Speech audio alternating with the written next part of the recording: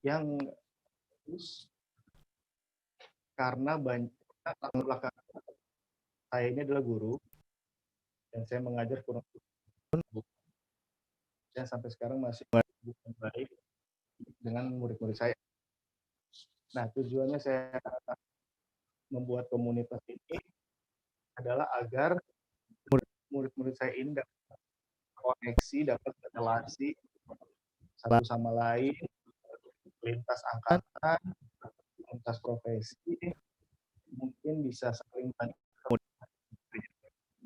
Nah, tujuan acara Moskele ini adalah untuk memberikan gambaran atau kurang lebih sharing pengalaman dari para narasumber yang mereka tekuni. Jadi misalnya kalau ini kita berbicara tentang dunia.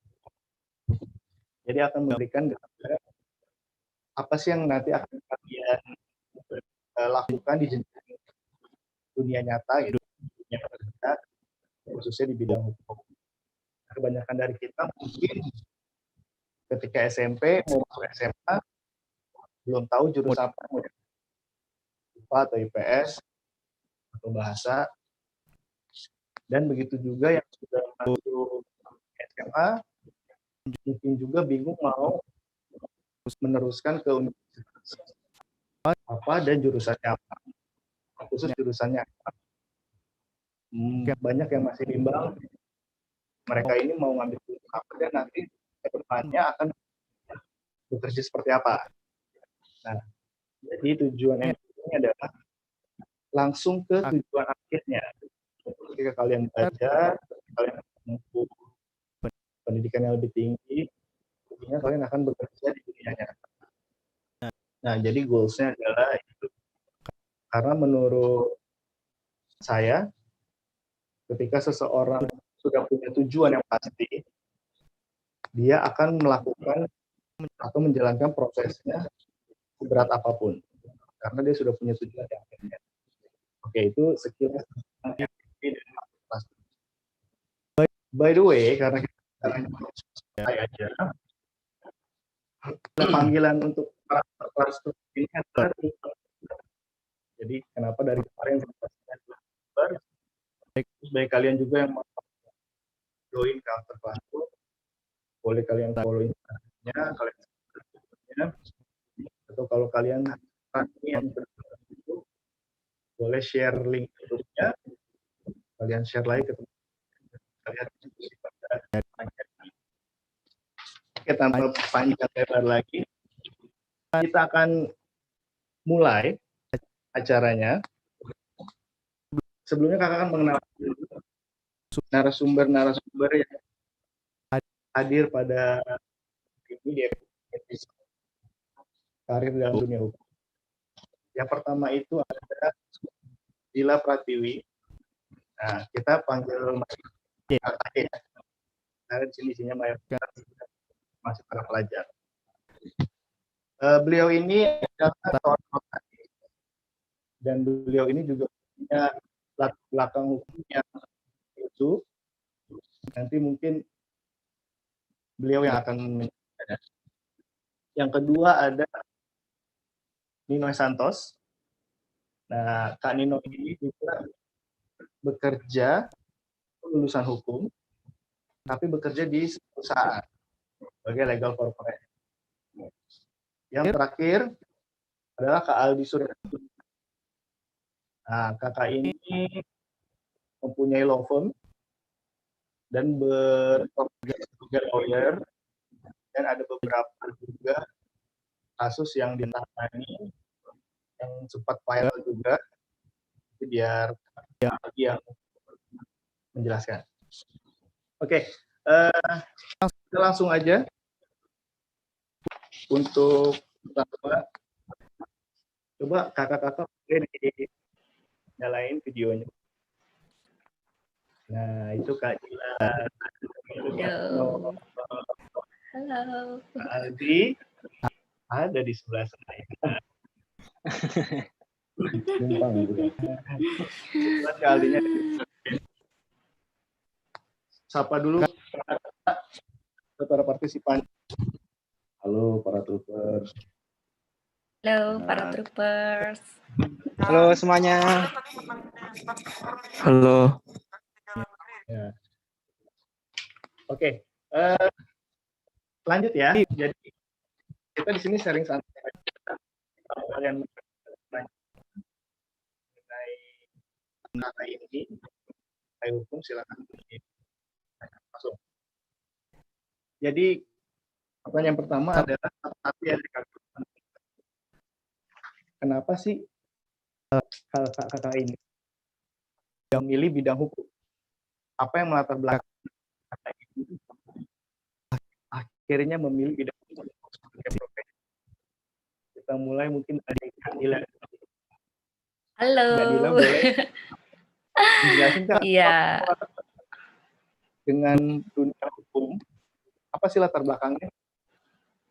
Sebenarnya kalau ngomongin latar belakang, jadi sebelumnya halo, assalamualaikum warahmatullahi wabarakatuh, halo semuanya. Nah kalau ngomongin kenapa sih ngambil jurusan hukum, sebenarnya ini benar tadi kata Kak Cete, lucu sih sebenarnya. Ini tuh kalau ngomongin cita-cita, sebenarnya awalnya tuh maunya jadi dokter spesialis, dokter kecantikan ya kan. Tapi kalau ngomongin passion, sebenarnya passionnya di seni. Kakak suka dekor, suka membuat kerajinan tangan gitu kan. Tapi memang waktu saat sekolah, jujur aja, kakak tuh anaknya diarahin banget sama orang tua, dari ikut les, dari sekolah harus di mana, terus SMA harus masuk jurusan apa, itu tuh semua emang diarahin sama orang tua. Nah, waktu SMA, ini ngambil jurusannya IPA ya, emang disuruh itu sama orang tua juga, karena nggak tahu mau ngambil jurusan apa gitu. Nah, terus makanya ngambil jurusan IPA karena disuruh sama orang tua juga untuk masuk di fakultas kedokteran. Makanya tuh kenapa mungkin udah kedoktrin kali ya, suruh jadi dokter, makanya cita-citanya mau jadi dokter gitu.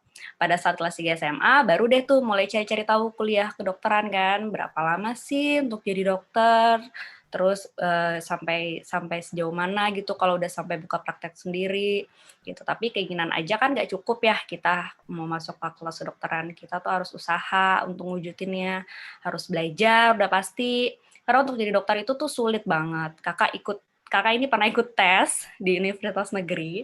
Dulu tuh ada SNMPTN ya.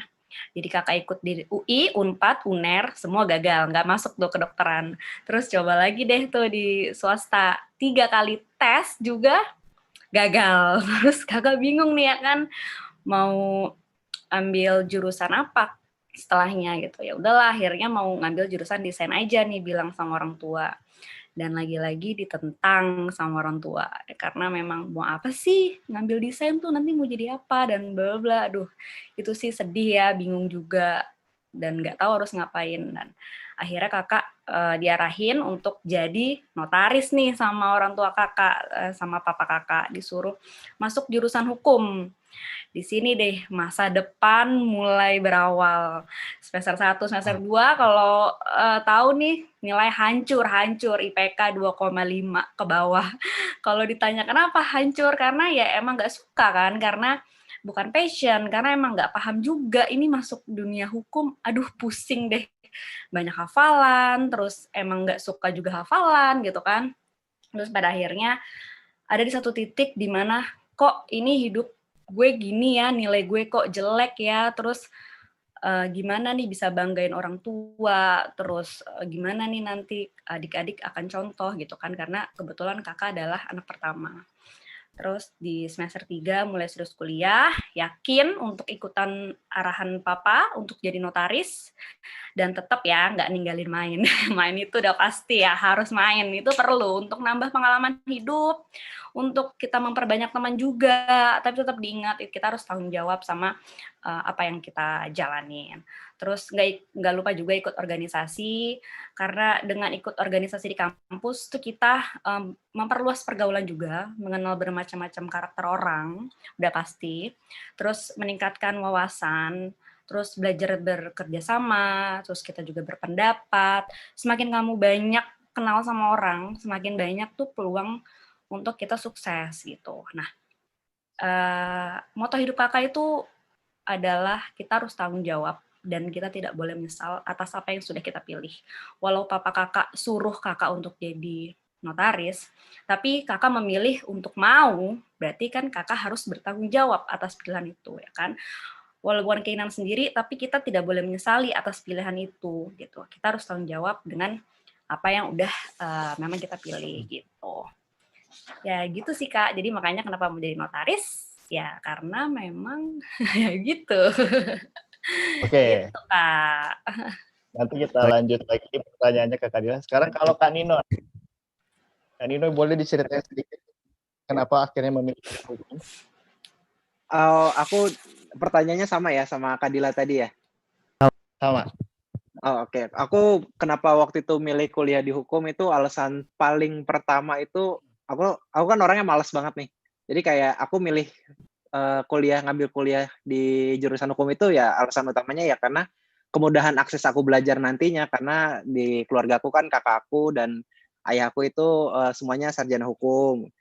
Jadi belajarnya gampang lah, nanya ke kakak, nanya ke ayah gitu kalau masalah ada mata kuliah yang kesulitan dipelajarin. Jadi kalau menurut aku tuh keluarga aku tuh kebalikannya banget sama ceritanya Kadila tadi. Aku tuh sebenarnya benar-benar dibebasin mau ngambil apa, tapi aku pada akhirnya ya ngambil yang paling mudah untuk aku lakukan aja sih. Jadi faktor keluarga juga ternyata cukup mempengaruhi pilihan kita dan cara kita mengambil keputusannya juga. Terus aku juga ngambil hukum karena dari sekolah tuh udah senang merhatiin sejarah gitu. Bingung nggak sih kenapa sejarah itu sama hukum nyambung? Jadi gini, aku waktu itu mikir kalau kita belajar sejarah Indonesia, dulu pernah belajar kan kenapa pribumi itu diberlakukan berbeda sama pendatang sama orang Belanda itu. Ternyata pas aku kuliah itu di hukum pidana emang hukum yang mengaturnya tuh beda gitu. Ada hukum yang mengatur untuk pribumi, ada hukum yang untuk mengatur Belanda gitu. Ada hukum yang untuk mengatur pendatang gitu. Jadi waktu aku tertarik waktu belajar sejarah itu jadi relate waktu kuliah gitu. Terus kemudian aku suka banget waktu SMA, SMP itu pelajaran kewarganegaraan atau PKN. Aku suka undang-undang dasar, suka ngapalin undang-undang, terus kayak aku bisa pengen bedain apa sih bedanya tugas presiden, DPR, MPR. Nah itu tuh pas kuliah kita belajar hukum tata negara gitu. Terus pas yang undang-undang dasar itu kita belajar hierarki perundang-undangan di ilmu perundang-undangan. Jadi emang menarik aja sih dari sekolah gitu. Jadi kayak aku waktu sekolah sih nggak tahu itu namanya ternyata jurusan hukum gitu, fakultas hukum. Tapi pas masuk fakultas hukum ternyata oh ini yang aku senengin dari dulu gitu loh. Gitu sih Kak. Oke, terima kasih Kak Nino. Nanti kita tanya lebih lanjut. Berikutnya Kak Aldi. Sama Pak CT juga bareng. Halo teman-teman troopers, sorry sebelumnya kita lebih santai begini kan enak jadi normal Zoom pakaian juga jadi santai begini. Sebelumnya perkenalkan nama saya Aldi Sudarman. Tadi yang Kak Dila sampaikan, Kak Nino sampaikan, ada beberapa yang sama. Pertama, basically kenapa saya ngambil hukum karena memang dari dulu itu orang tua saya udah menjadi role model bagi hidup saya. Tanpa dia suruh, tanpa cara, secara tidak langsung mengarahkan, benar juga mengarahkan. Memang artinya orang tua saya mengarahkan saya di hal yang tepat. Pertama, saya hobi beranak. Kedua, saya hobi berangkat mobil. Ketiga, itu saya troublemaker di sekolah. Gitu kan? Artinya bagi teman-teman yang diarahkan orang tua dan lain sebagainya, menurut saya pribadi bukan untuk menantang ya, lebih baik follow your passion karena yang akan menjalankan nanti tidak perlu menjalankan teman-teman semua, bukan kita, bukan orang tua. Terus kemudian yang kedua, kenapa milih hukum? Kembali milih hukum. Awalnya kita milih hukum kan karena kalau kita suka sejarah dan lain sebagainya, tadi yang disampaikan itu kan berbagai macam praksi, Tionghoa dan lain sebagainya. di hukum perdata itu kan. Kalau saya bukan lebih kepada itu, saya suka debat aja. Saya suka apa yang menurut saya nggak benar, saya sampaikan. Even kepada guru dan lain sebagainya. Dan juga, nah kebetulan juga Kak Cete kan ini adalah guru saya yang sangat luar biasa, salah satu mentor saya juga dalam hidup saya gitu. Kenapa diingat kakinya? Ya ini benar. Dia adalah mentor yang harus jadi guru. Dia tahu teacher gitu kan. Dia bisa membedakan. Dan dia menerima pendapat. Jadi teman-teman semua, kalau ada yang orang tua itu mengharapkan kemudian untuk menjadi sesuatu adalah kebaikan menurut dia. Pasti orang tadi hal yang buruk. Cuma lagi-lagi kembali, kalau saya tadi menyarankan follow your passion. Daerah Anda di mana? Daerah teman-teman di mana? Kalau memang nggak sukanya berantem ya, sasana jadi petinju. Kalau misalnya sukanya main bola jadi pemain bola. Kan kalau sukanya main tinju, main komputer, nanti yang ada komputernya ditinjuin kan hancur. Jadi lebih kepada ini aja sih kalau saya memang suka. Ini memang suka. Pertama di bed, kedua bergabung, dan ketiga itu kalau bicara kan harus ada dasar gitu kan. Dan paling juga kalau orang bergabung kadang-kadang banyak mereka tidak punya dasar. Mereka dengar dari kuping kanan itu langsung disampaikan ke yang lain, ini yang jadi bahan. Makanya teman-teman semua, generasi muda juga, kalaupun dapat berita apa dan lain sebagainya harus berdasarkan fakta. Intinya ikutin kata hati. Walaupun orang tua mengarahkan yang baik, kita mau masuk arsitektur, go ahead gitu kan. Mau masuk desain, go ahead gitu. Terus ya akan menjalani hidup ke depan atau Anda. Kalau misalnya teman-teman nggak suka menjalani profesi yang nggak disukain, merasa gitu. Kalau saya suka ngomong, saya suka nongkrong, saya suka kenal banyak orang, saya menjalani profesi saya fun. It makes me fun gitu. Jadi dapat uang juga, happy juga gitu kan. Jadi kurang enak apa gitu. Follow your passion. Kan cuma pengacara yang kan pakai dilanjutkan. Oke, terima kasih. Menarik ya. Yang satu arahan orang tua, tapi tetap menjalankan profesi. Yang satu latar belakang untuk mempermudah akses nanya pada tugas. Yang terakhir juga memang passionnya suka debat. Mungkin di sini berantem itu adalah berdebat, berargumen, gitu. Nah, menarik nih. Kan dari 3 narasumber ini beda-beda latar belakangnya. Kakak mau balik ke Kadila.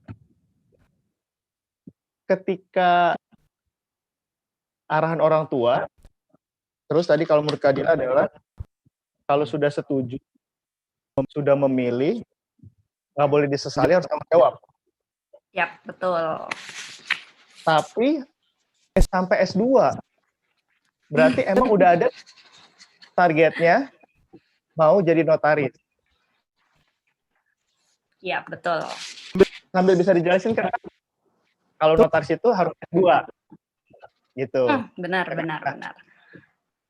Kenapa sampai lanjut S2 walaupun awalnya menyimpang banget tuh dari passion.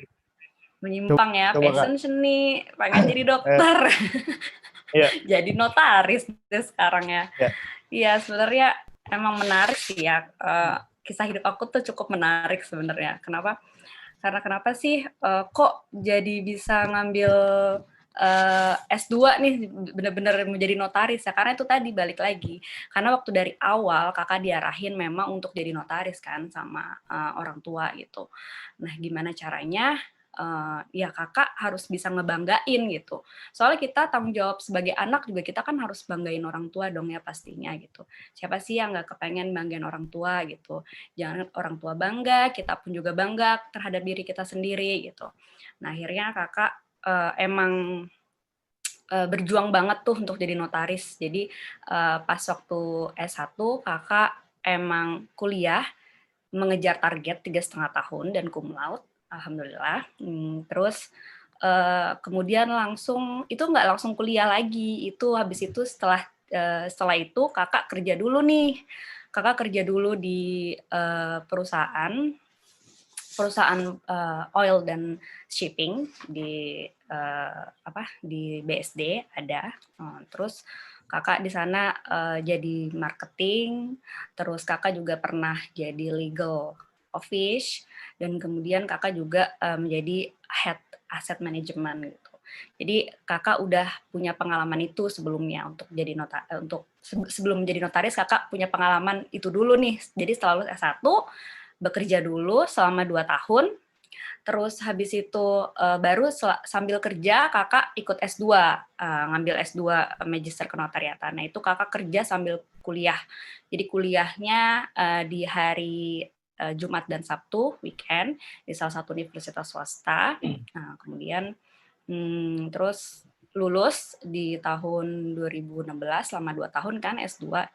Jadi terus setelah itu baru ikutan magang. Jadi kakak keluar dari kantor kerjaan, terus langsung ikut magang karena persyaratan untuk menjadi notaris itu adalah harus mengikuti magang minimal selama 2 tahun. Dan itu wajib dilakukan sama calon notaris. Nah, jadi kakak keluar dari kantor, terus lulus kuliah, dan langsung lulus kuliah itu langsung magang 2 tahun tuh di kantor notaris. Gitu. Terus ya udah itu aja sih Kak. Oke, Gitu. berarti emang ingin membanggakan orang tua. Iya, Jadi itu salah, kan banggain orang tua.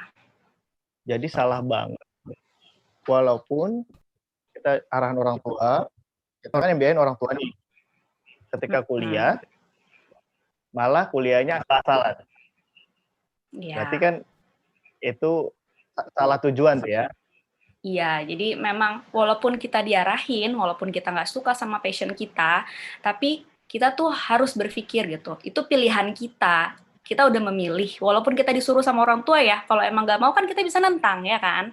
Tapi ini kakak nggak nentang saat itu, kakak cuman mengiyakan aja. Ya udahlah, jadinya alhamdulillah kakak memang kakak mau hidup kakak juga kan memang bertanggung jawab ya sama apa yang sudah dipilih. Jadi nggak boleh menyesal sama pilihan kita. Itu dia. Itu sih satu kunci yang sampai sekarang kakak bisa sampai jadi notaris, dan itu udah sebuah goals buat kakak ya kan. Nah itu kuncinya adalah moto hidupnya adalah bertanggung jawab dengan apa yang sudah kita pilih itu Kak. Oke. Masih ke Kadila nih. Mungkin dari kita, khususnya para troopers yang lagi dengar atau lihat di YouTube, hukum itu cenderung dengan pasal-pasal pidana, kriminal, pengacara, ya kan? Yang kita tahu itu aja nih. Kalau kakak orang awam tanya notaris itu. Notaris itu kerjanya apa? Dan kan Kadila ini sudah membuka praktek notaris sendiri. Berarti itu usaha sendiri. Iya. Oke, pertanyaannya notaris itu kerjanya apa sih? Dan apakah harus buka praktek atau bisa kerja sama orang? Ya boleh jawab Kak. Oke, jadi notaris itu kalau kalian lihat ya banyak banget kan di ruko-ruko gitu ya, ada tulisan notaris dan PPAT, bla bla siapa gitu kan ya. Jadi notaris itu adalah pejabat umum yang memang berwenang membuat akta-akta otentik dan juga kewenangan-kewenangan lainnya yang diatur sama undang-undang. Nah, minimal untuk jadi notaris itu adalah 27 tahun. Nah, terus notaris, terus kakak tadi tanya notaris bisa nggak ya kerja sama yang lain ya apa gimana gitu kan. Nah, notaris itu tuh berdiri sendiri Kak. Jadi notaris itu tidak boleh merangkap sebagai PNS, terus tidak boleh juga merangkap sebagai pejabat negara, terus tidak boleh juga merangkap sebagai advokat, pegawai dan juga kepala BUMN ataupun BUMD. Terus kita juga tidak boleh membuka perusahaan lain gitu. Jadi memang notaris ini harus berdiri sendiri. Tapi notaris itu boleh merangkap jabatan sebagai PPAT dan juga sebagai pejabat lelang.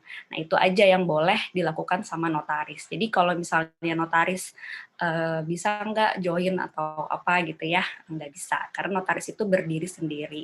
Dan itu satu-satunya jabatan di luar lembaga negara yang diizinkan untuk memakai lambang negara di setiap produk hukumnya. Nah, itu kerennya jadi notaris. Jadi punya lambang negara sendiri gitu. Oh, keren Gitu, ya. Kak. Berarti mirip lah kayak dokter, sama-sama buka praktek. Ya, betul. Mirip-mirip sih sama dokter. Oke, sekarang Betul, kita Kak. lanjut ke Ninoy. Oke, gimana tuh Kak? Nah, kan kalau balik lagi ya, kalau itu cenderungnya dengan pidana, lawyer, terus jaksa, hakim, dan lain-lain lah ya. Yang kita tahu Betul. pasal-pasal. Betul. Nah, Kanino ini kan kerja di perusahaan. Ya. Emang perlu ya di perusahaan itu ada orang hukum atau orang yang mengerti hukum. Nah, terus untuk di kantor Kanino ini bergerak dalam bidang apa? Oke, siap. Jadi langsung dijelasin aja KCT ya. Kalau Oke. kenapa di perusahaan. Oke. Pertama kenapa di perusahaan itu perlu bidang hukum? Sebelum ngomongin itu, aku mau jelasin dulu deh. Legal officer itu sebutan lainnya itu in-house lawyer. Jadi kita pengacara yang dibayar sama perusahaan, tapi kita kerja untuk perusahaan itu gitu. Beda sama Kak Aldi. Nanti mungkin Kak Aldi bisa bedain antara in-house lawyer sama lawyer. Nah, jadi aku nih sebagai legal officer itu diperlukan oleh perusahaan karena perusahaan itu kan biasanya kita bisa korespondensi dengan pihak luar, bisa jadi klien, bisa jadi bisnis partner, bisa jadi subkon kita atau potensial partner. Ya, tapi tergantung sama bidang perusahaannya bergerak di mana juga sih. Dan itu semua tuh kayak korespondensi dengan klien, bisnis partner, subkon sama potensial partner itu hampir pasti atau keseringan itu bersinggungan dengan legal atau aspek hukumnya. Misalkan kita mau bekerja sama kan pasti kita bikin perjanjian kerjasama. Kalau kita mau subkon kita bikin, pokoknya pasti berkaitan sama perjanjian dan namanya juga usaha, kita perlu satu sama lain gitu. Untuk mengikat kerjasama itu tuh harus dengan ada bantuan dari orang hukumnya sih di perusahaan itu. Jadi kurang lebih gitu sih Kak. Jadi aku tuh kerjanya biasanya nge-review kontrak, negosiasi kontrak sama sama pihak ketiga, atau itu kalau eksternal. Kalau in-house lawyer yang menyelesaikan yang internal itu ya biasanya ya kontrak dengan karyawan. Terus kalau ada dispute antar karyawan itu walaupun itu kedengarannya kerjaan HR, tapi kalau dispute-nya ada unsur pidananya itu bisa diselesaikan secara internal terlebih dahulu gitu sebelum dilaporkan ke polisi. Karena kemungkinan besar yang terjadi itu delik aduan gitu. Oke. Berarti ternyata hukum ini luas ya? Atau waktu di awal Kanino itu memang mau langsung bekerja di perusahaan atau punya kepikiran jadi notaris kayak kalian atau mungkin lawyer? Nah, gimana tuh Kak? Kenapa memutuskan menjadi legal di suatu perusahaan? Oke.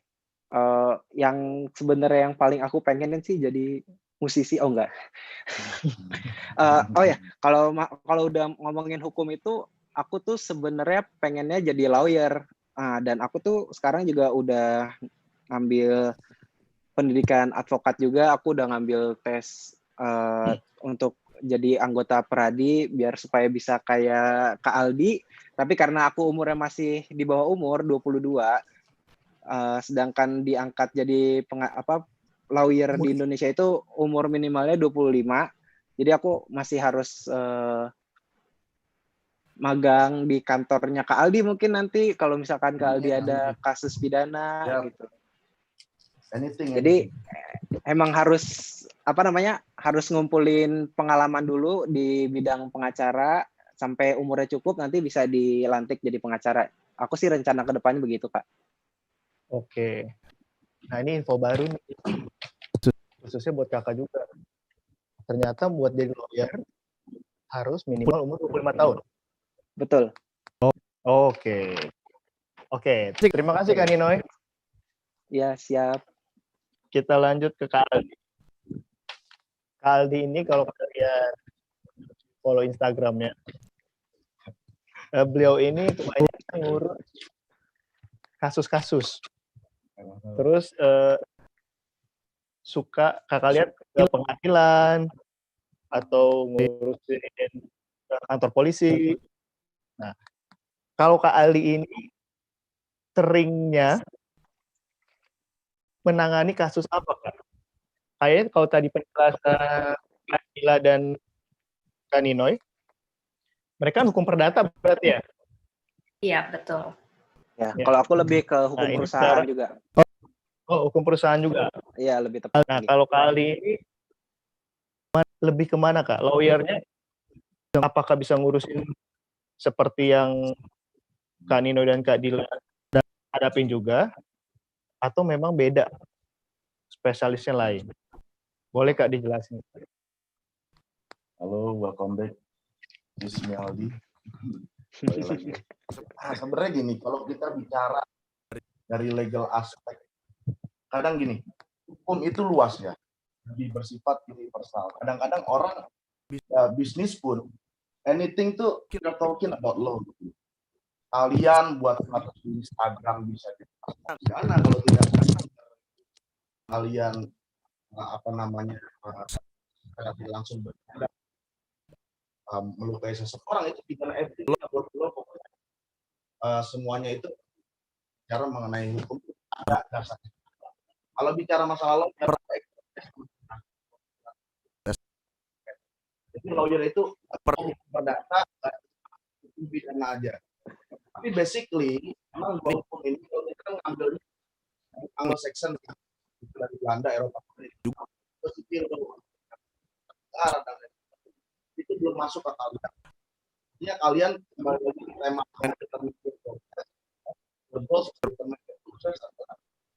kembali lagi ke core-nya. Hukum kalau ini kan kalian masalah itu kan nggak cuma jadi lawyer, korporat, jadi public notary, bahkan orang-orang yang tidak itu di perusahaan kelompok mereka jabatan tahunan, jabatan juga. Basicnya hampir sama kayak itu. Kalau geografi dari satu dua yang penting dalam syarat ini pihaknya yang merasa diri. Kalau bicara tadi pengadilan dan acara yang adalah menyelesaikan. Jadi kalau menurut saya sendiri sebagai pengacara, meja hijau itu adalah langsung. Kalau misalnya klien senang, lawan senang, pengacara senang, yang lain senang ya, win-win solution. Ada juga ADR, resolution. Ada banyak lah itu. Teman-teman dan adik-adik semua kalau saya jelaskan akan panjang dan juga karena gini, ini bukan orang pintar. Jadi akademik itu tidak menentukan Anda. Kedua, Anda harus menentukan kalau Anda pertama. Saran saya adalah gini, saya ngambil beasiswa Chevening Works dari Inggris University. Ternyata IPK itu ditentukan walaupun akademik tidak menentukan garis tangan Anda ke depan. Anda mau jadi apapun itu, kalau memang Tuhan kasih Anda ya, anything, mau jadi desainer, jalani prosesnya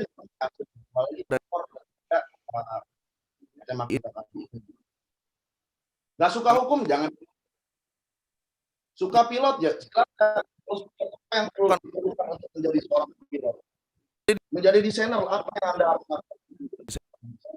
Anda tetapkan itu sebelum jadi bupati, kebetulan Tuhan kasih saya ini, Tuhan kasih saya talent, dengan mana saya suka dengan ini. Jadi saya kendala di masa lalu, alhamdulillah tidak terlalu banyak. Karena nah, satu juga ya, hukum itu bukan pekerjaan warisan. Walaupun ayahanda Anda punya ayah seorang lawyer terkenal, saya cari. Kalau anaknya bodoh, tidak memiliki kompetensi, tidak memiliki skill, tidak memiliki relasi, percuma juga. It's nothing. Jadi yang perlu ditentukan adalah daripada diri kalian, soft skill kalian. Karena temanya hukum, kita makanya bicara masalah how to be a lawyer, how to be a parliamentary and something like that. You can find it on Google, semua bisa.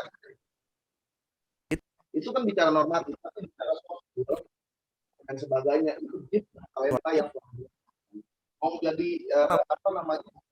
Ini silakan. Banyak kok sekarang petinggi profesional yang luar biasa kaya, gitu kan? Jadi kalian tuh harus bisa memberikan sistem yang jelas dengan cara dewasa. Apa sih aku pengen milih ini? Apa sih aku pengen jadi lawyer? Ya karena aku suka ini. Kalau pintar mantap, pintar sendiri kok. Punya masalah ini pasti belajar. Misalnya contoh masalah kemana? 378. Kita nggak paham nih. Karena kalau bicara hukum itu hafalan, saya kurang setuju. Karena hakim pun nggak semua hafal undang-undang. Undang-undang itu banyak. Spesialis derogat bagi kriminal. Banyak spesialis. Undang-undang kepailitan, undang-undang M&A, merger and acquisition. Ada lagi. Kita harus ambil izin lain daripada itu. Kita ambil DKPA, kalau ada DKPA di Peradi, DKPA di CAI, banyak organisasi itu yang most important thing pas berita acara sumpah ketika Anda ingin pengadilan.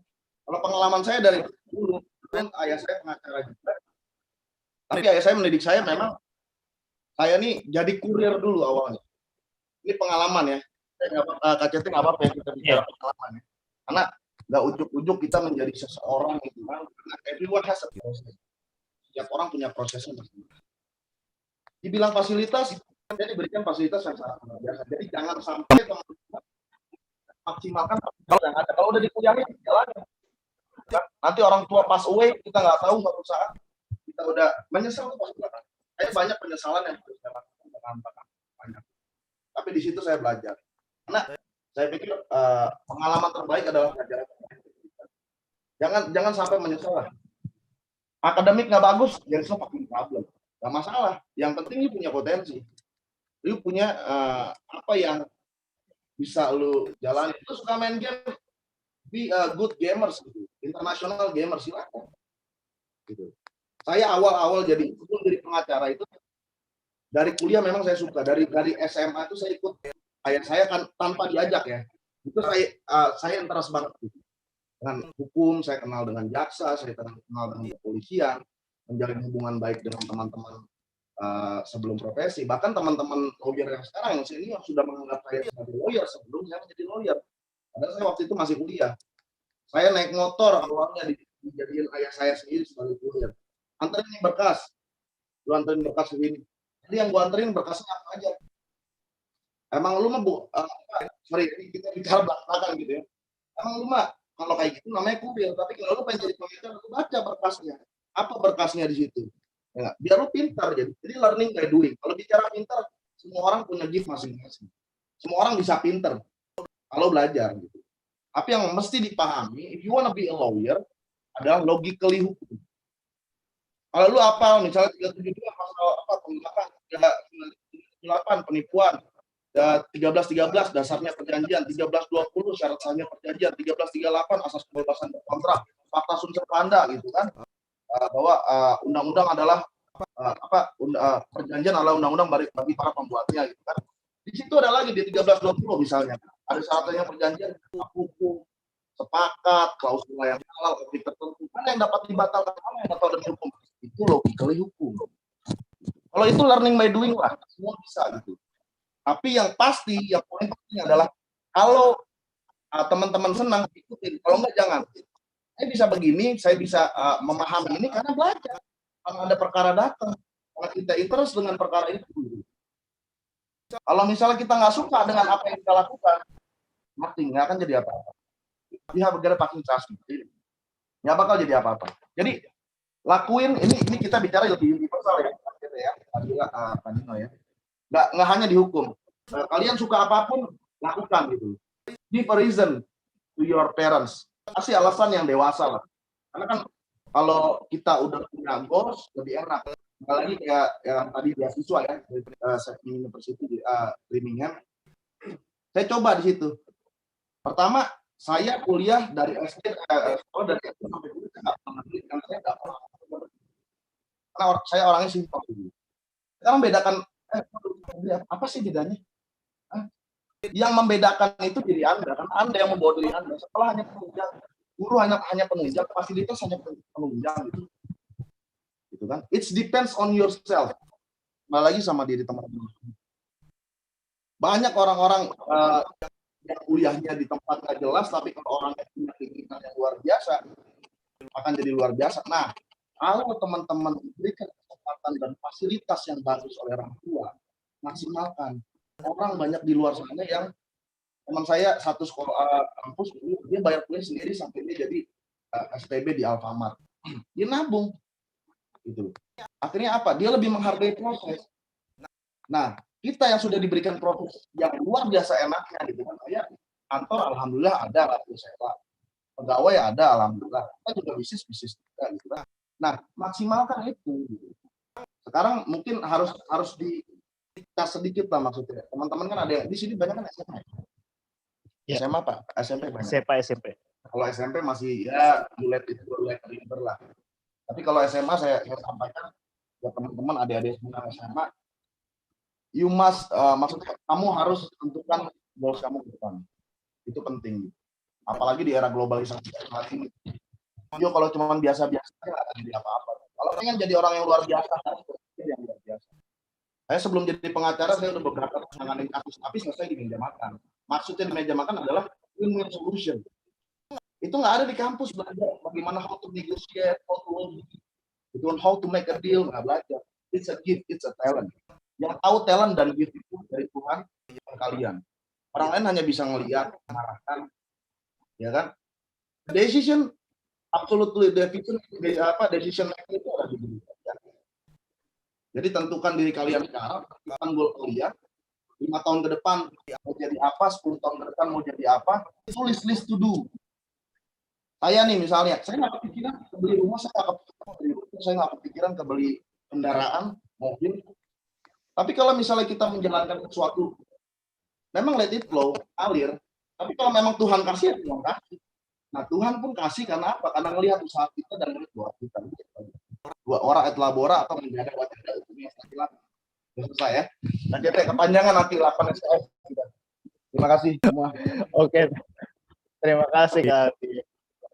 Emang teman-teman Troopers, Kak Aldi ini emang kalau menyampaikan sesuatu semangat, berapi-api. Nah, oke. Kita sebelum masuk ke Q&A, nanti boleh kalian raise your hand di Zoom atau kalian boleh komen di YouTube kalau para viewers.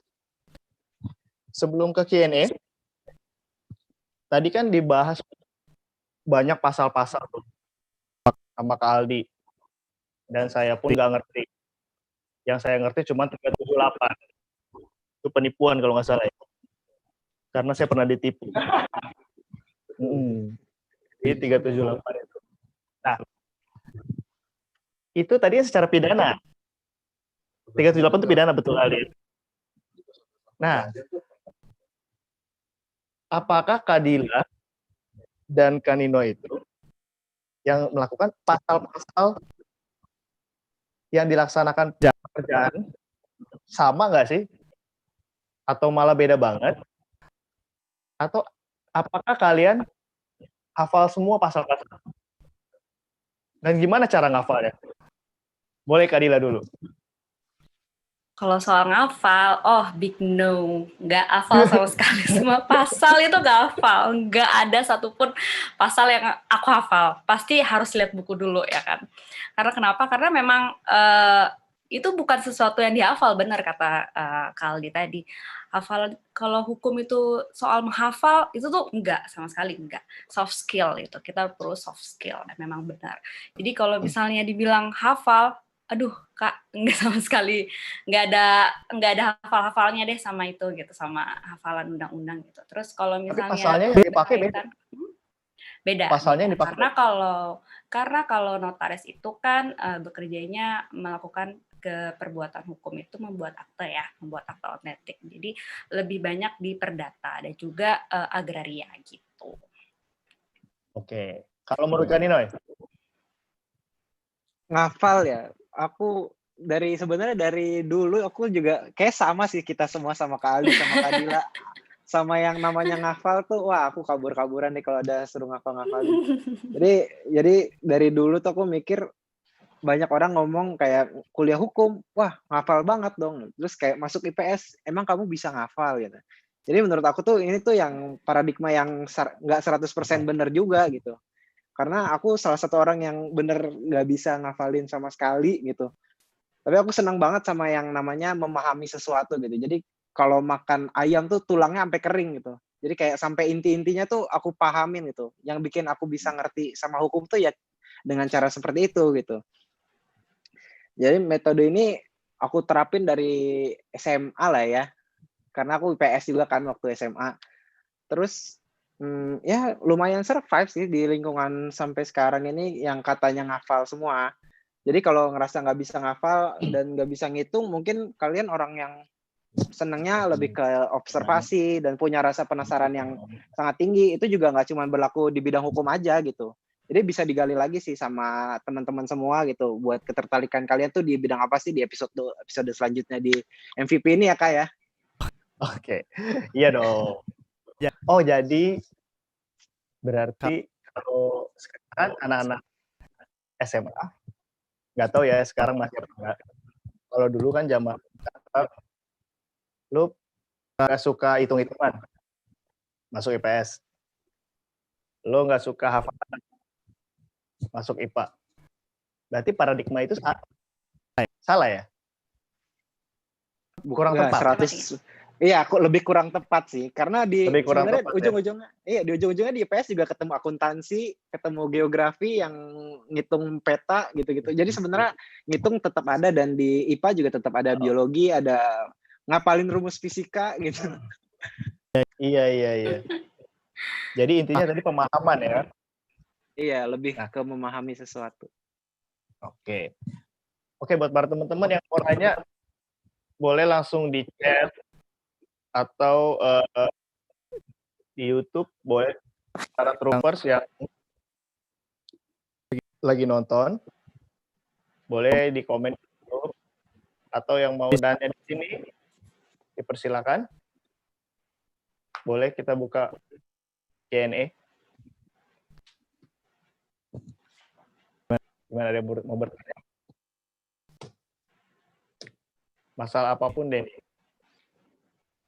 Aduh, ada yang mau tanya, gimana cara jadi notaris mungkin ya, atau cara jadi lawyer ya, boleh tanya. Apalagi buat kalian nih yang mau dari SMA mau melanjutkan kuliah, ini penting banget sih. Kalau kalian memang suka di dunia hukum, maksudnya kalau kalian memang pengen masuk fakultas hukum, itu perlu banget ya. Nih kita bisa sharing di sini. Nanti kakak juga sharing tentang gimana sih cara jadi notaris, prosesnya sepanjang apa gitu. Yo, yang mau Coba tanya. ada yang mau tanya dulu. Boleh dua pertanyaan pertama. Yang masih SMP tuh kalau bingung mau masuk IPA atau IPS karena punya pendapat masing-masing gitu. Karena kan sekarang dari SMP ya Kak, kalau nggak salah ya Kak. Udah harus milih dari ke IPA atau IPS. 10 ya? Dari kelas 10. Oh iya, pas lulus SMP tuh pas masuk langsung milih IPA atau IPS gitu ya? Iya, betul. Tapi perlu di Ayo, ada yang mau pertanyaan? IPA sama IPS kadang-kadang anak kita suka sombong ya. Anak IPA lebih pintar. Itu nggak menentukan ya, karena saya anak IPS, sorry. Aku nggak sombong kok anak IPA, kakak Aldi. Oh, ada pertanyaan. Ada pertanyaan dari Alfian. Pertanyaannya, apa aja sih yang harus dicatat untuk masuk? Fakultas Hukum. Nah, tuh. Apa yang harus persiapin? Ini untuk masuk ke fakultas hukum berarti ke kuliah gitu ya. Oke. Apakah persiapannya waktu itu? Boleh Kak Ninoy dulu, boleh. Aku karena aku orangnya waktu itu udah tahu ya dari SMA kelas 3 tuh udah tahu bakal masuk hukum gitu. Jadi aku waktu itu persiapannya gampang sih, cuman kayak browsing aja apa sih pelajaran di semester pertama gitu. Terus aku kayak lihat judul mata kuliahnya kayak misalkan pengantar ilmu, misalkan kalau hukum kan pengantar ilmu hukum, atau kalau komunikasi pengantar ilmu komunikasi gitu. Nah, aku ya lihat aja apa sih pengantar ilmu hukum, materinya kayak gimana gitu. Terus karena di rumah banyak orang yang ngerti juga, jadi aku kayak, dan bukunya juga banyak gitu. Aku jadi kayak ya tanya-tanya, terus baca-baca juga karena udah ada resource-nya gitu. Ya gitu aja sih persiapannya, nggak perlu ribet-ribet. Yang penting banyak baca dan punya rasa penasaran yang tinggi gitu. Berarti research ya. Betul, Research research. dulu di awal. Kalau Kak Dila? Kalau Kak Dila nggak punya persiapan kalau masuk fakultas hukum, karena balik lagi sebelumnya kan Kak Dila persiapannya mau jadi dokter ya, jadi cari-cari tahu dulu nih mau masuk ke dokteran tuh fakultas mana yang bagus gitu kan. Maksudnya bukan fakultas mana yang bagus, tapi ini tuh fakultas itu sebenarnya memang bener tadi penunjang gitu, sisanya tuh memang balik lagi ke diri kita sendiri gitu. Tapi mau cari fakultas yang bagus itu karena memang mau punya dosen yang terbaik ya pastinya ya kan, terus pergaulan juga yang baik gitu, dan juga pengennya di negeri karena memang biayanya jauh lebih murah kan ya dibandingin swasta dulu kalau kedokteran gitu. Nah makanya itu dulu cari-cari kedokteran, tapi karena memang nggak masuk di kedokteran ya kan di negeri dan maupun swasta sampai berkali-kali tes gitu, akhirnya masuk hukum. Nah persiapannya apa? Cuman yakin sama apa yang udah dipilih gitu aja sih. Nggak ada lagi yang lain, cuman keyakinan aja yang menuntun gitu. Kalau aku sih gitu. Kalau Kak Aldi? Persiapan tuh. Tadi itu kayaknya nggak ada persiapan, paling yang perlu dipersiapan ya minimal uang masuk aja itu. Uang masuk ke universitas. Itu paling penting. Bener Kalau sih. kita nggak ada Itu uang paling masuk, penting ya. kalau pengen dapat beasiswa kan persiapannya harus belajar dengan giat. Ada nilai standarnya kan, ada di bidang prestasi. Secara pertanyaannya secara universal sih. Yang pasti sih uang pangkal tuh harus disiapin. Gitu kan, kalau misalnya nggak ada uang pangkal kita nggak bisa masuk kuliah. Kedua, kalau ngambil beasiswa ya harus dapat yang bagus gitu, entah dari akademik maupun prestasi, misalnya juara taekwondo gitu kan, atlet senam misalnya, aerobik, balet gitu kan. Sama mental paling, karena pergaulan di hukum nggak tahu ya, kalau kampus-kampus lain biasanya anak-anak songong-songong, tengil-tengil gitu, itu yang paling penting tuh. Jadi Enggak jangan Kak. sampai mau dipelonco, kalau dipelonco kali itu aja, mental harus kuat, karena you wanna be a lawyer or something like that, mentalnya harus pegang. Berarti research tadi menurut Kak Nino, bahkan Kak Dila pun tanpa persiapan yang penting ngejalaninnya sungguh-sungguh ya. Ya betul. Kalau menurut Kak Aldi mental. Kalau uang pangkal Sama pasti. uang muka ya. Iya, mau uang muka pasti. Ada pertanyaan lagi yang Di YouTube boleh? tadi Kak ada pertanyaan kayaknya tadi. Oh, ada ya di YouTube. Iya.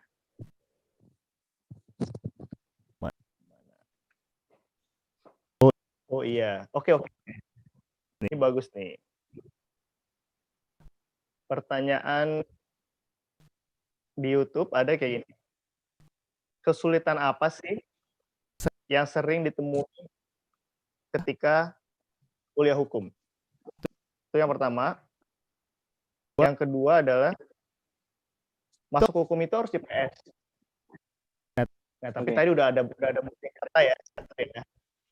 Itu dari IPA ternyata bisa. Mungkin itu, coba kesulitan apa sih yang sering ditemui pada saat kuliah hukum? Kalau kakak waktu kuliah IT, coding itu susah. Jadi itu sulit. Jadi dari awal sampai lulus sulit. Nah, kalau di hukum gimana? Coba Kak Dila. Kalau kakak sih kesulitannya memang apa ya? menghafal juga kakak nggak ngafal gitu kan ya. Tapi memang kesulitannya sih membagi waktu ya antara main, berorganisasi dan juga belajar gitu aja.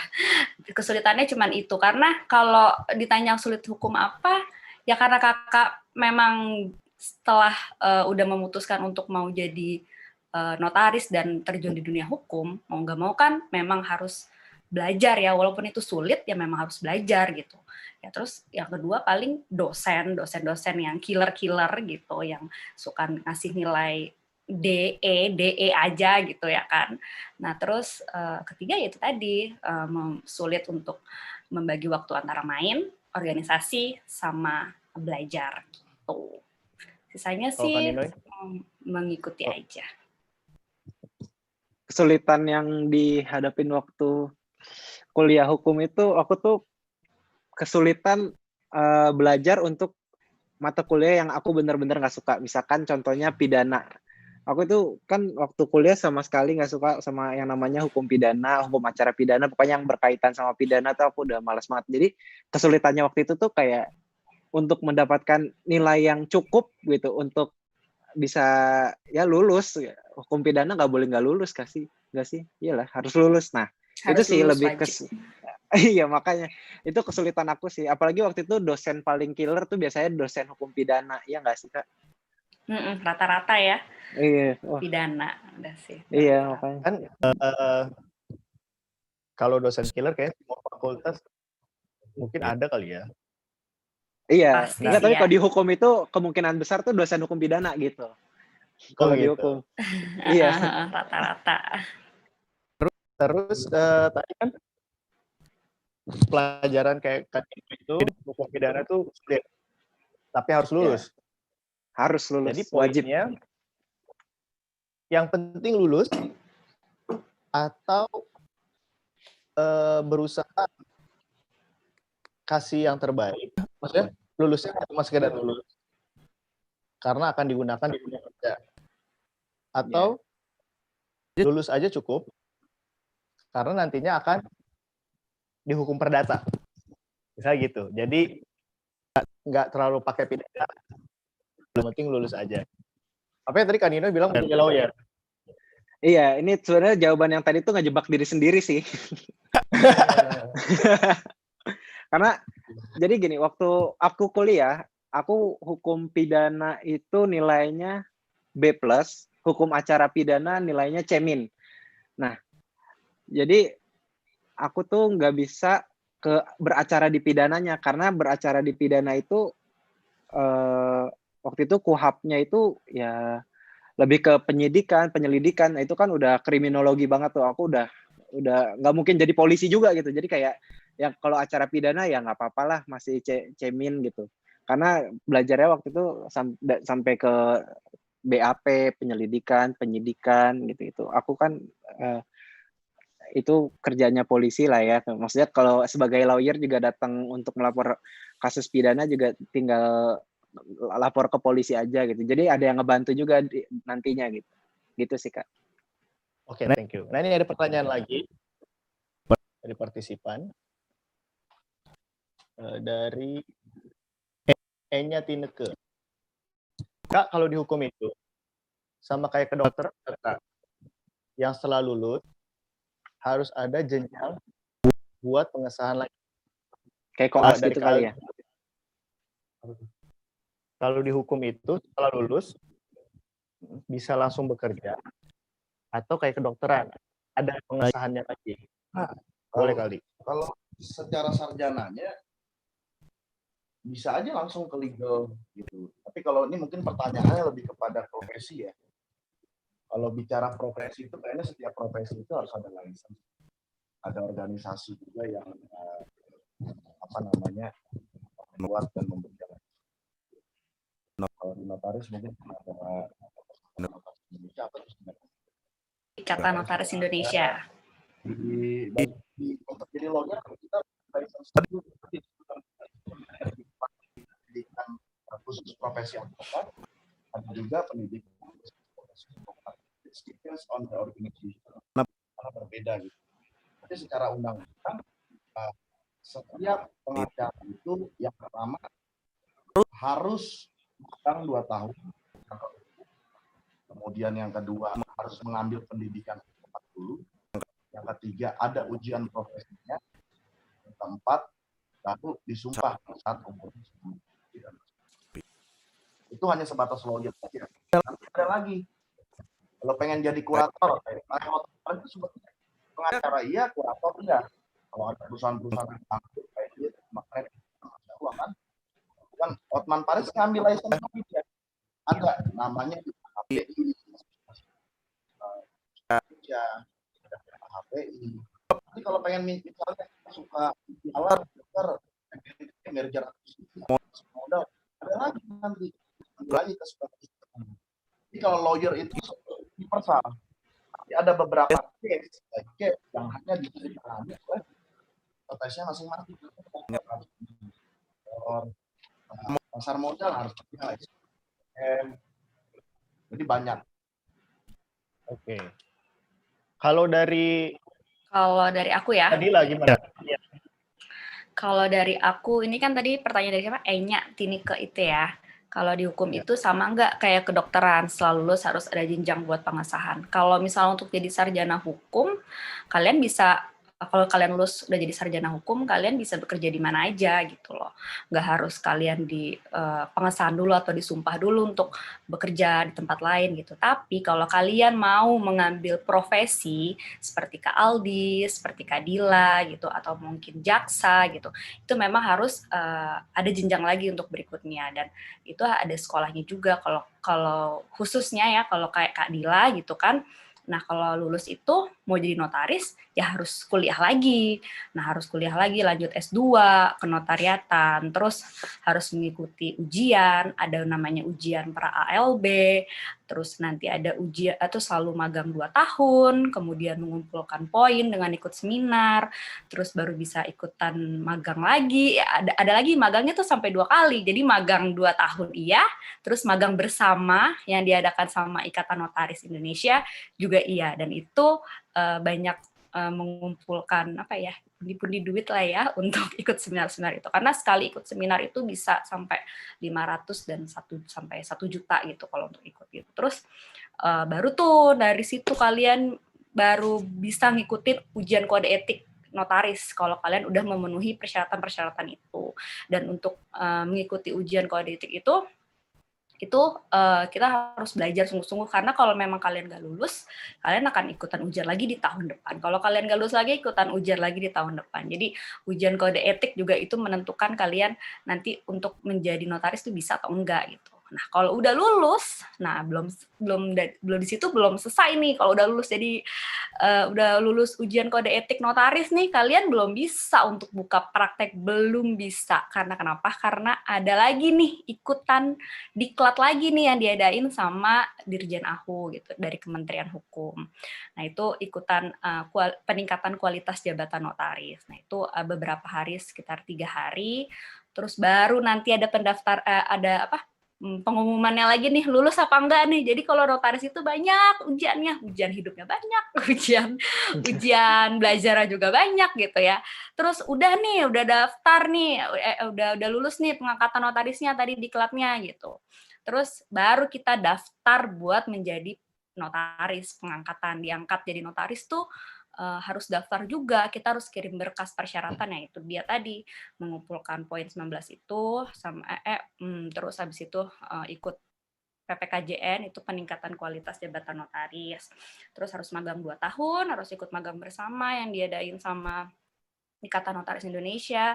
Terus setelah berkas kita terkumpul, belum tentu berkas itu diverifikasi sama kementerian. Kalau berkas kalian tidak diverifikasi, otomatis kalian akan mengajukan lagi di tahun depan ketika pengangkatan itu dibuka kembali. Jadi harus benar-benar, kalau jadi makanya namanya notaris itu kan harus teliti ya, harus benar-benar teliti. Jadi kalau kalian ngirim berkas pun kalian harus teliti, jangan sampai berkas kalian kurang, jangan sampai berkas kalian itu tidak diverifikasi sama kementerian gitu. Terus setelah berkasnya udah diverifikasi baru kita bayar nih buat pengangkatan notaris. Jadi kita akan membayar PNBP gitu deh. Baru terbit sertifikat SK notaris kita.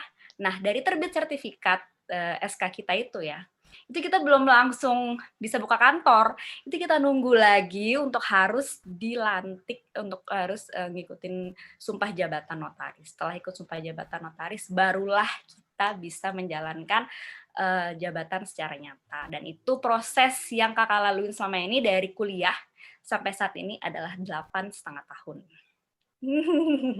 Itu waktu yang sangat panjang. Jadi kalau untuk jadi Berarti dokter, untuk jadi dokter Gimana, kan memang kalian harus ikut koas juga ya kan, setelah lulus kalian ikut koas.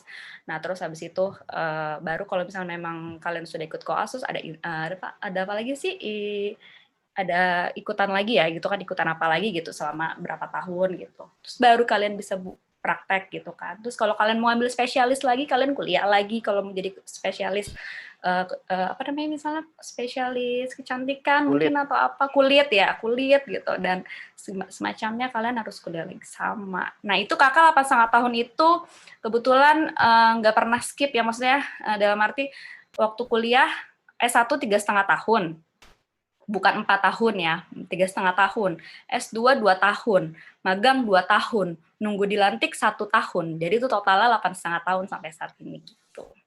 Udah, jadi itu proses yang panjang. Jadi kalau ditanya sama nggak kayak kedokteran, ya balik lagi gitu. Kalau kalian mau ngambil profesi, ya kalian harus ikut pengasahan gitu. Memang kalian harus ikut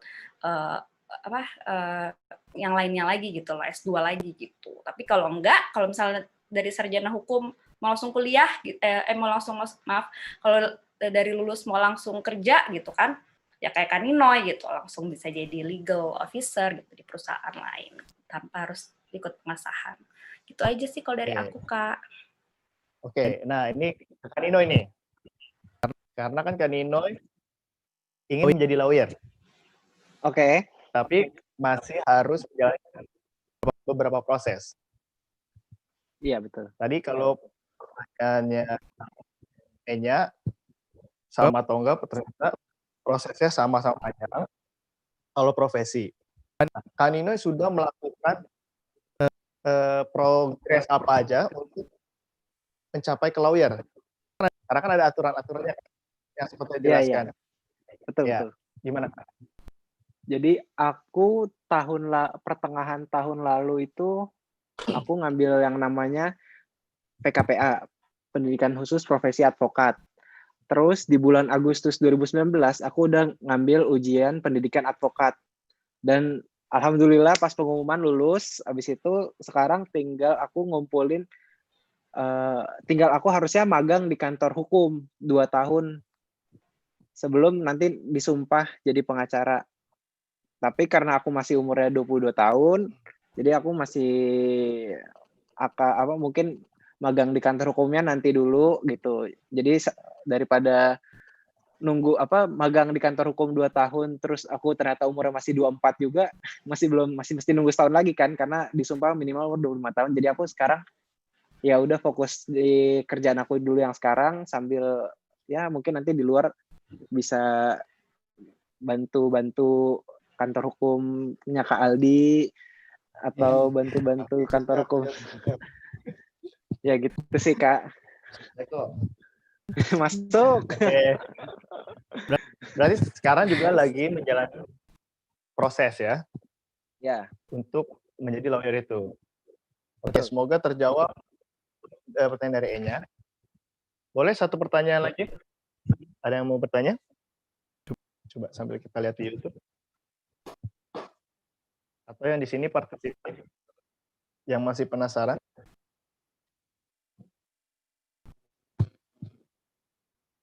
Ada yang mau ditanya? Coba. Ada yang mau nanya nggak? Lawyer belainnya ada duitnya, Kak. Oh, tidak sih. Nggak selalu dong. Oh, nggak selalu ya, Kak ya. Jangan sampai pada salah. Oh, oke. Lanjut. Kalau udah nggak ada pertanyaan, ini ada pertanyaan pamungkas. Wadaw. Pamungkas juga. Oh. Dari tadi kan kita bicara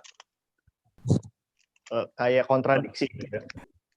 Ternyata anak hukum tidak selamanya dari IPS. Ternyata anak hukum tidak juga harus jago mengakap, tapi pemahaman. Kalau menurut Kanino ya kan? Iya.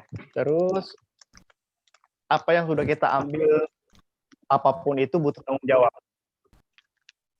Kalau dari Kak Aldi itu, kita juga harus mempelajari soft skill. Karena ada di beberapa, mungkin di sekolah atau di kampus, yang tidak pernah diajarkan.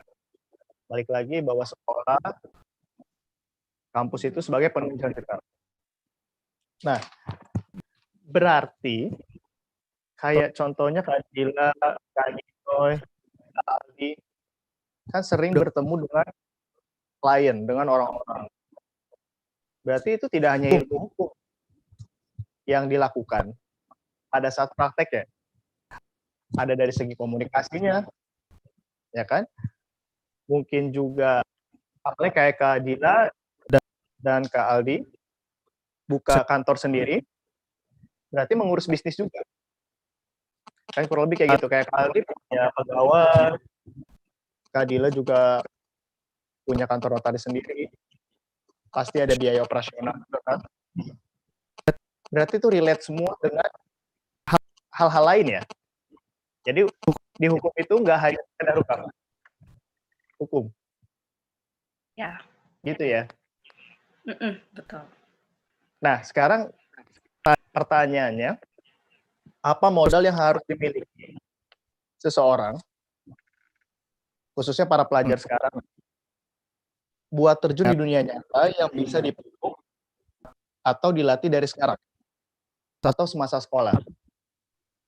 Boleh Kak Nino dulu. Mungkin dulu kita nggak pernah ngerasain, karena kita kurang pengalaman dari orang lain.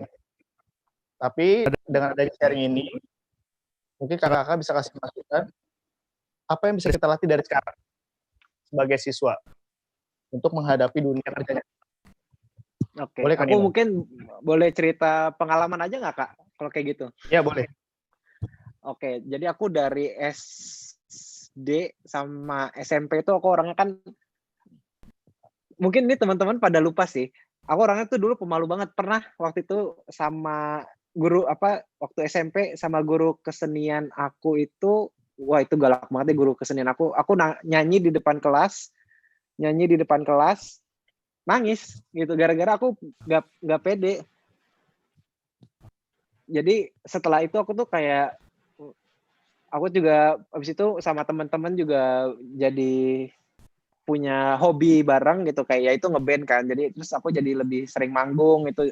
Aku jadi building up rasa percaya diri aku terhadap diri aku itu sendiri itu dari ya aku manggung, dari lama-lama jadi banci tampil juga di kelas, presentasi apa gitu. Jadi lama-lama itu yang menurut aku yang penting itu untuk survive di dunia kerja, bukan survive sih, kayak untuk bisa berfungsi di dunia kerja itu adalah skill komunikasi dan kepercayaan diri. Kalau yang paling basic gitu. Tapi nanti untuk ke jenjang selanjutnya mungkin nanti ketika aku udah kayak Kak Aldi atau Kak Dila yang sudah punya kantor sendiri, harus mengelola sesuatu, bukan cuma uang aja, people management, financing juga, itu ya mungkin itu skill-skill yang sampai sekarang bakal aku asah lagi supaya nanti siap sih di jenjang selanjutnya lagi aku gitu sih Kak. Oke, kalau dari Kak Dila? Kalau dari aku sih perlu soft skill tuh perlu. Yang paling utama sih untuk saat ini, apalagi di zaman globalisasi, itu networking. Itu penting banget. Dari zaman kakak sih itu nggak ada ya namanya main Instagram tuh, nggak ada YouTube mungkin ada kali ya, tapi nggak main itu juga gitu kan. Jadi kalau misalnya di zaman globalisasi sekarang, semua orang udah terhubung gitu ya, bisa dengan networking gitu. Jadi kalian harus sering-sering punya banyak teman gitu loh. Karena dari situ kalian akan bisa menemukan orang-orang dan juga banyak karakter. Dari situ kalian juga bisa belajar gitu. Gimana caranya memecahkan masalah kalau kalian punya suatu masalah gitu kan. Terus dengan hal-hal kayak gitu kalian pasti dengan hal-hal seperti itu kita akan termotivasi pastinya gitu. Dan Mana Jubelis? gitu sih Kak. Jadi soft skill juga perlu sih dari sekarang ya, dari kita SMA tuh perlu banget. Terus melatih juga tadi kemandirian, terus kita juga harus itu siapa ya, ada suara Terus dan itu oke. Dan memang kalau misalnya kakak sendiri sih benar tadi kita harus punya kemampuan interpersonal ya, karena dalam dunia pekerjaan itu kemampuan itu tuh diuji. Jadi kita nggak cuman hanya bisa belajar untuk gimana caranya buka kantor, bisnis dan sebagainya, kita juga harus punya keahlian lain. Kita juga harus punya keahlian untuk mengelola keuangan, mengelola kantor, manajemen yang baik, problem solving gitu. Gimana caranya kita memecahkan masalah gitu setiap kali ada masalah-masalah yang ada gitu. Nah, itu jadi kita butuh skill dan juga pengalaman. Itu aja Kak dari aku. Oke, dari Kak Aldi. Jawabannya sudah oleh yang memang paling penting networking sih, parah itu kasih network. Harus jalin lah relasi siapapun. Mungkin jadi gini, kalau itu ada empat. Pertama tadi kalau gue sekali lagi saya ngaku ada juga followers itu juga pasti pernah dong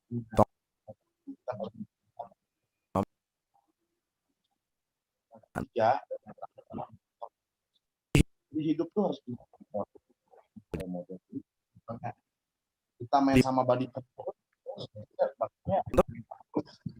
tapi kalau kita nggak bisa punya mental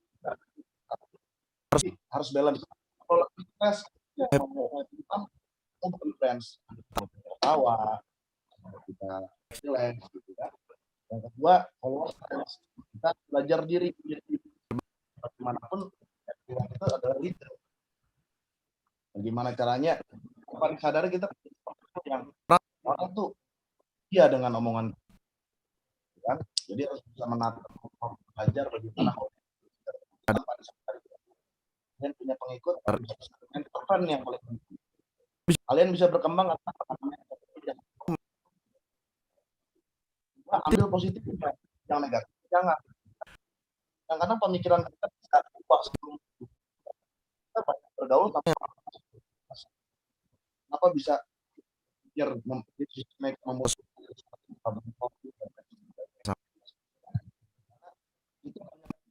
benar dia pengalaman dia, jadi hal-hal yang memang yang begitu dia untuk lihat gue begitu hancur kita nggak kenapa karena kita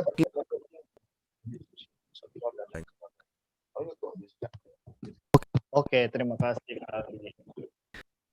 Oke, mungkin kita akan closing. Sebelumnya, terima kasih untuk para partisipan yang sudah menyempatkan waktu, yang sudah ikut terlibat partisipasi dalam acara perdana ini.